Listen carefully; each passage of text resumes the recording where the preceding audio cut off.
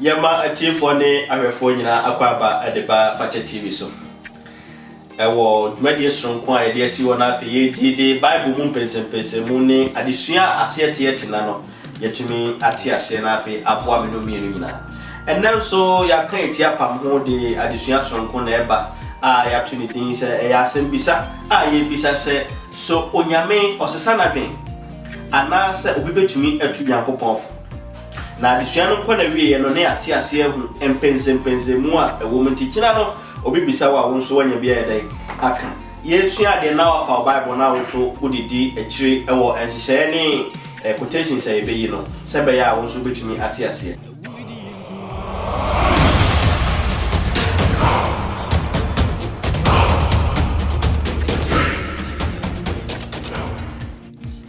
And then so nyame adom yenya atitирofo mienu ya wo beboa na afi o mama ya desua no atumi awie peye ya frame King Solomon na beyi enda ya bedwafo no akire se be ya ye betumi ehu omo ya ba mensa ni paso ha pe ya wo osofo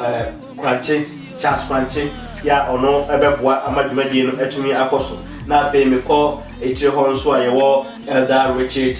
Obotawia ono so ebeboa ama ya desua no atumi akoso so wo question bia obetumi de akọ comment section no ase sebe ya ebeboa won saka ye video so a obetumi a subscribe na afi wa share sebe ya ye video bia won so obetumi enya na afi adesua no so atumi ayede eni ti said me di kan see so no and ya desua no ye say can we advise God and I say can God change his mind eno ena yebesua anenti edin kan na mekọ osofo Kranche ho na mabisa no ye wo quotations bia ya pare edoso ye na enam se ebrenti no yentumi enkenkan ni nyina ye ko Malaki 3:6 na mekan twini kakra bi mekan quotation be 3 sebe ya ebehu enyina so nti a yesua sa de na afenti ase nso ebetumi enya Malaki 3:6 no o se na me Ewrade me nsakira enti mu Jacob ma mori nwesa sa eno de mayo ho afi ye ko Job 13 Job 23:13 no so a o se na so ono de on sakrada na hwan na obesesa no na de ope ena woyo afi ye ko Jonah 3:10 no so a mekan eno nko na afi yakọ yensem bisa no so o se 10 no o se Onyankopɔn hu won se one year say what sign everyone akwa mone so no na osesa na dwen wo bone a o kan say ode beye wo no osesa na dwen according to Bible ya so e kire say onyame onsesa ani nti na empanimfo mo beboa ya me atumi atia say nti osofo ma me kan emisa usa asem we onyame osesa anasa onsesa. Okay, me that's a big so we serving that question no. Two answers and two questions. Yes, nyame sesa. Nyame sesa. Osesa. Nyame esesa. And not just say osesa the kasa. Okay. O kase me ye wo se. Why you bone mekum. Na unu hu na opachawa no asesa. Okay. That's what osesa. On sesa. Number 1. And also just say ono nyame ni tumi ne ne kase ye no a owo no bibie no ho ma esesa ne tumi no bibie no esesa ne tumi no ne kase ye no se ne oso na okron na obofo ekoto no esore no ne ne mo nyam no sa ne tie ba ne suban die osesa yeah and am me misao and obo me misao say what is the difference between repent and change? And this is because all the quotations, you know, okay, Jonah 3:10 na or say, and God repent. So, and okay, Malaki 3:6, you know, any Job 23 na or say, God don't change. So, and he say na ubisi actually mama. Okay, that's the way. Okay. Theology mo na say Bible again for your own demon change na. And on say okay Genesis chapter 6 verse 6 to 7 na. Also Nyankopɔn kraka say we say obo fulmapa. esa eni nyina no ene ne krobata ene sa change as mo bisa eni se change say nyame nembo or the pain yawo say nipa etimi asesa omo tibia no akotibia fufuru na e ka repent wana what the banipa afenwa repent ni onipa ka say this guy has repented and I say repenter a change of mind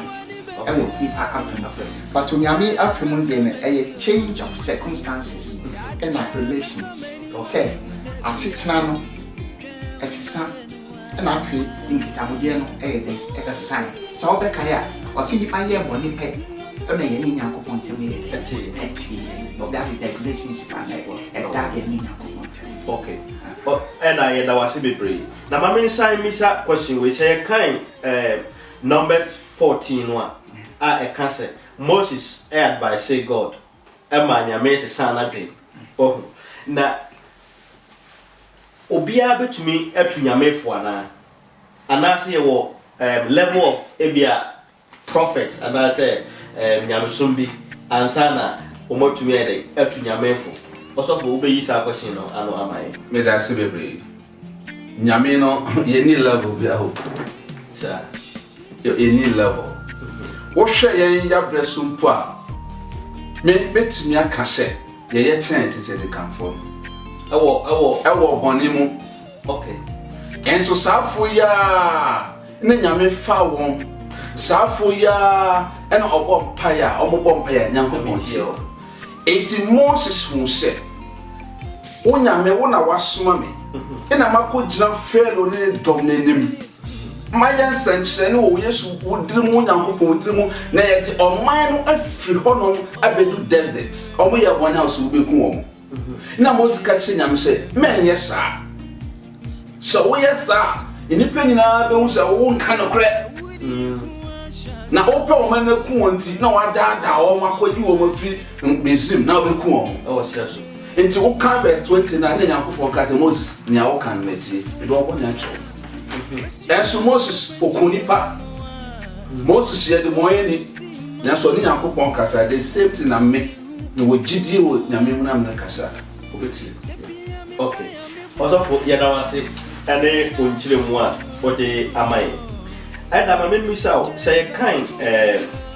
Numbers na o say o mai no ehye Nyankopon abufu ene nti na ma nyame ye de o mo provoke God ede ade na ye ya ye de hye nyame abufu. Okay, also Nyankopon amaya kwankyere na fe ni mara ewo hono wo yesi ya Okay. Wo di mrasa mo so a se na me ya mo. Okay. Nte afipia o Nyankopon so ye ni konfo ba ti se ya tro na se ndi asini nya na mfo bi. Nte ni time dia nipa ye be dane ye ho fi o Nyankopon na kwan ye fu Nyankopon and I know you are nipa ye to say the so for you in fact or yin nyame and yes anka de nipa ye no ti say me no yemi and then one say ya finish your nyina but you say Nyankopon e buefu anase Nyankopon e take nya hye na ti say ya o Nyankopon de boundaries okay and I yeda wase ene onchim also for my mensan emisa sa question we say Onyankopon change e wo Bible no ene nipa change no difference woman na memma example to say ebia nyame say nini we for no o masa chiranti de me ka asa me de be ye o no me nya mfanya o enti ye nipa de ye fi say ene nyame se sa na dua enti se si amenso ma promise bibi na me de mani ato bibi so ade na me de mani to so me nsanka enti which say change side aba ho no enti eni nyame change no difference yo man and I say your divine change yo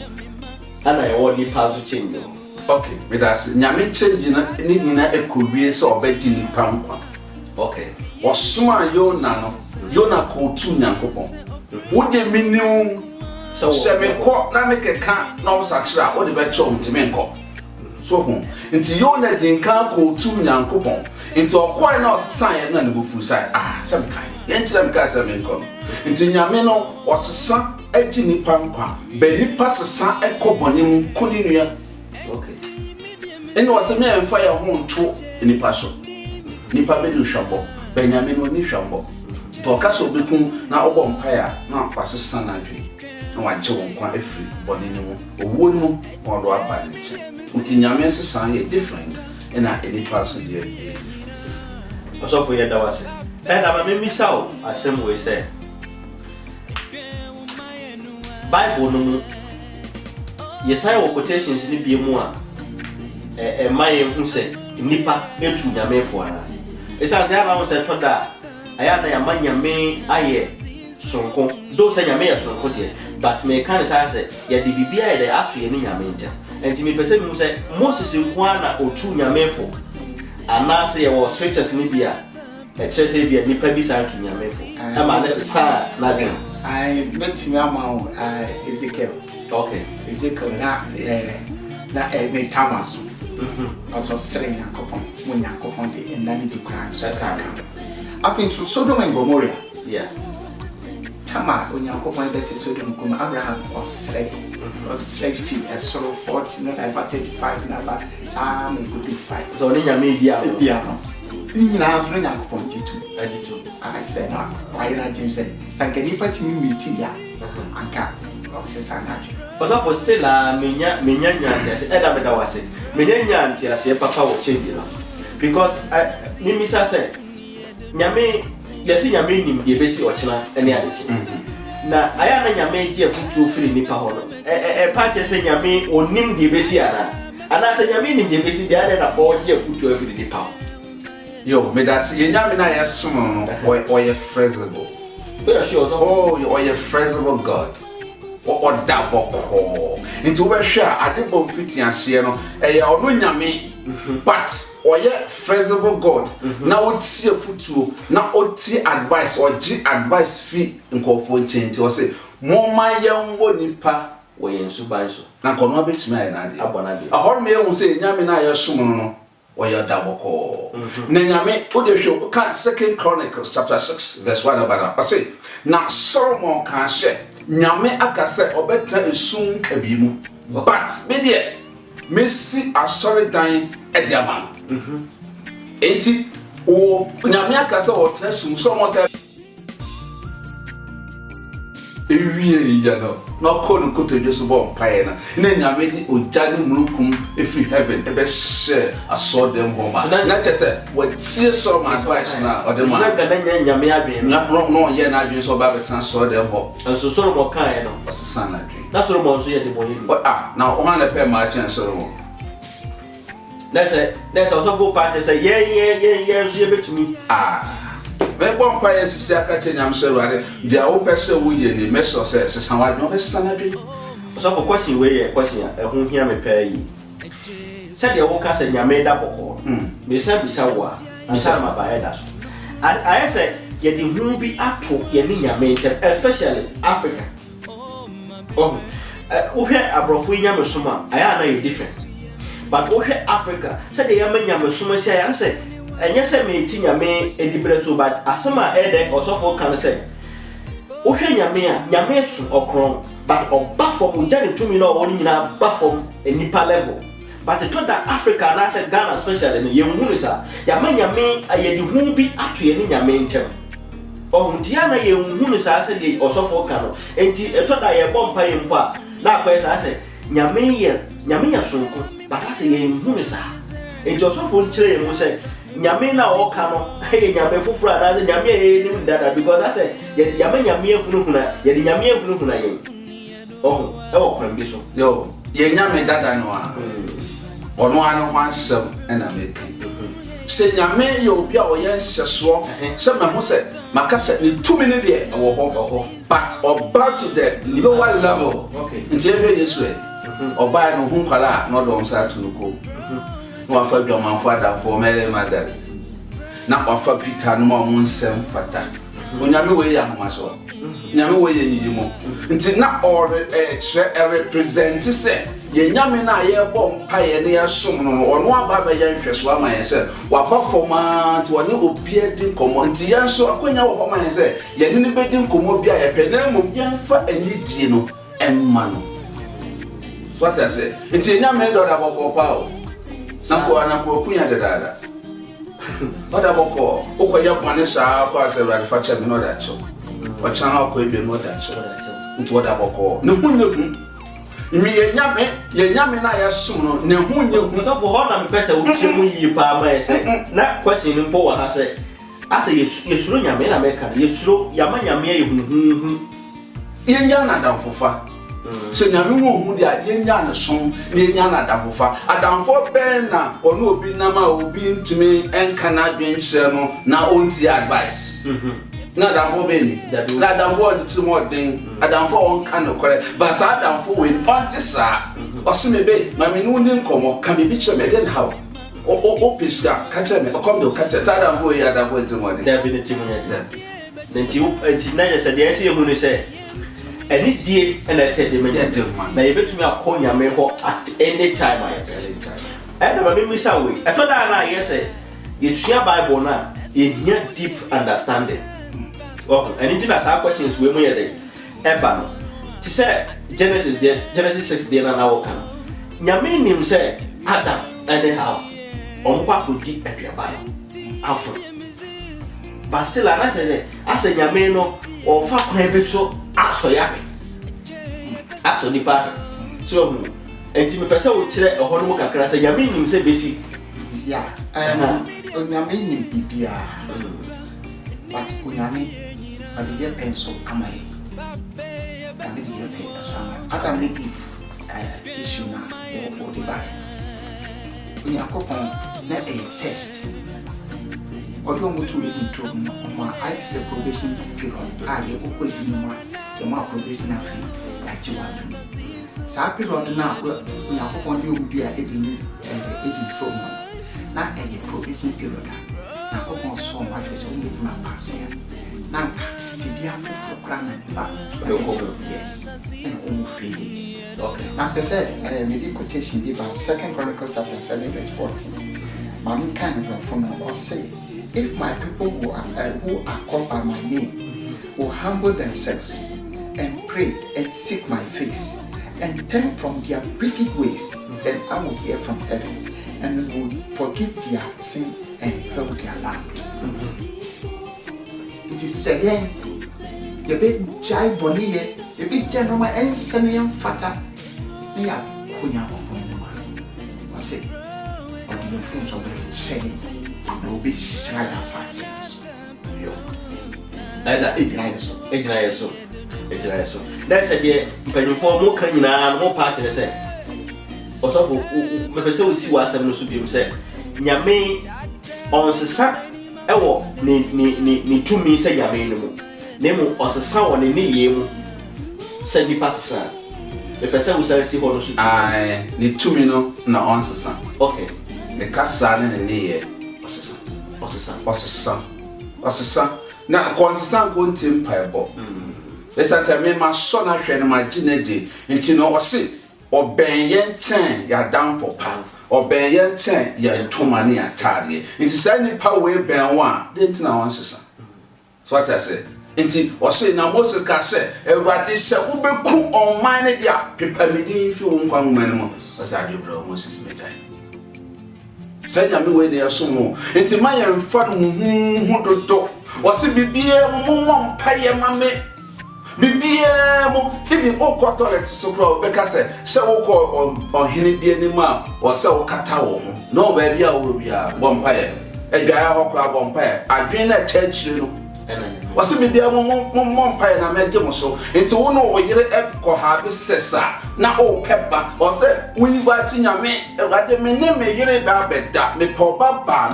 be ma fato me no bo mpaye bra kutu no so no enya fon so no be ti o mpaye bo ya fanya me say o ye nyame no hu bi na o say ye dress ko na ni fire ye dey dey man be but o hwe the situation no dey one